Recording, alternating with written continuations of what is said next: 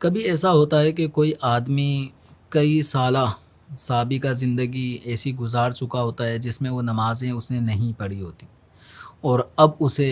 اپنی نمازوں کی طرف توجہ آتی ہے، لیکن اب وہ کھڑے ہو کر نماز پڑھنے پہ قدرت نہیں پاتا۔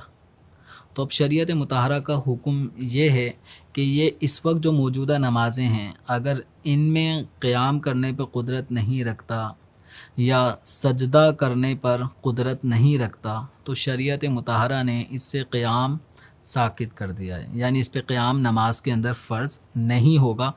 فرض نماز میں، وتر میں اور سنت فجر میں قیام فرض ہے۔ اب اس سے قیام کا مطالبہ ختم ہوا، اب یہ بیٹھ کر نماز پڑھے۔ اب گزشتہ جو کئی سالوں کی نمازیں اس نے نہیں پڑھی، تو یہ بھی اس وقت کی جو موجودہ کیفیت ہے اس کے مطابق بیٹھ کر ادا کر سکتا ہے۔ البتہ جو شخص قیام پہ قدرت رکھتا ہو تو اس کے لیے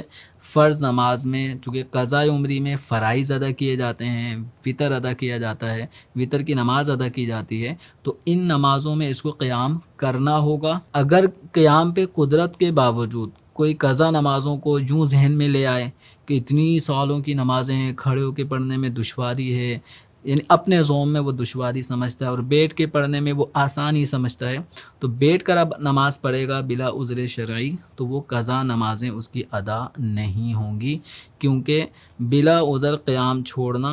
گویا نماز کا ایک فرض چھوڑنا ہوا، اور نماز میں کسی بھی فرض کو بلا عذر